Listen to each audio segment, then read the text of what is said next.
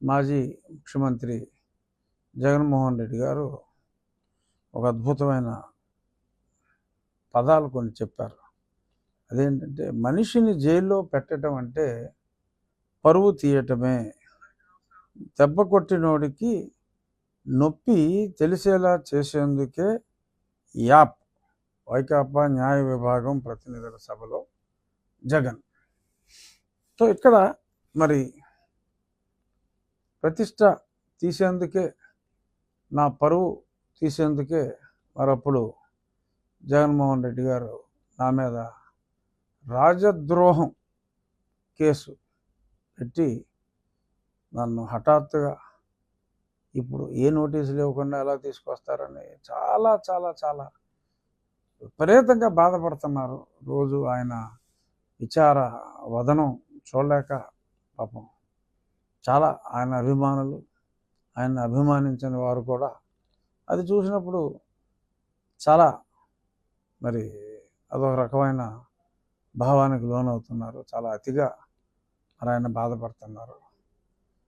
మరి నన్ను ఏ రాజద్రోహం చేశానని చెప్పి అప్పుడు అరెస్ట్ చేసి, సరే ఇప్పుడైతే ఎవరైనా తప్పులు చేసిన వాళ్ళని సరే నోటీసులు అన్నీ ఇచ్చి వాళ్ళు సుప్రీంకోర్టుకి వెళ్ళేదాకా అవకాశాలు కూడా ఇచ్చి ఆ పెదపే మరి అరెస్ట్ చేసి కూడా సకల రాజభోగాలు మరి వాళ్ళు తెచ్చుకుంటున్నారు, మరి జరుగుతున్నాయి.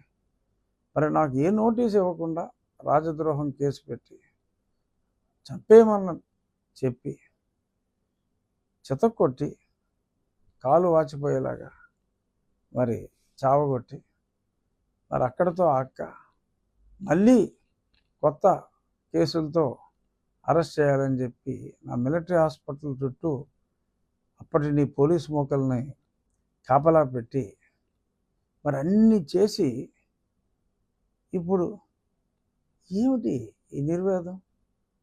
ఇలా చేస్తున్నారు, చాలా తప్పు చేస్తున్నావు చంద్రబాబు. ఏమిటిది?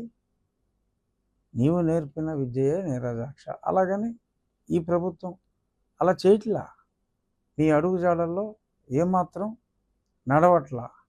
దానికి ఇప్పుడు యాప్, ఇలాంటి యాప్లు గీపులు పెట్టకుండా అప్పుడు మీరు చేసిన అన్యాయాలకి నేను పెట్టిన యాపే నా రచ్చబండ. ఆ యాప్ ద్వారా నేను ప్రజల మనోభావాలన్నీ, ఎవరెవరు ఇబ్బంది పడుతున్నారు, ఏమేమి తప్పులు ఈ ప్రభుత్వం చేస్తుంది అనేదాన్నే నేను ఏకరువు పెట్టా. మరి ఏకరువు పెట్టిన తర్వాత మరి నన్నే తీసుకెళ్ళి ప్రతిపక్ష ప్రభుత్వాన్ని ప్రశ్నించినందుకే ఈ కేసులు పెడుతున్నారని చెప్పి అన్నారు.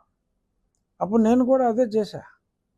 అప్పుడు ప్రభుత్వాన్ని ప్రశ్నించా, కేవలం ప్రెస్ మీట్ పెట్టి ప్రశ్నించా, ఇది సరి చేసుకోండి, ఇది సరి చేసుకోండి అని.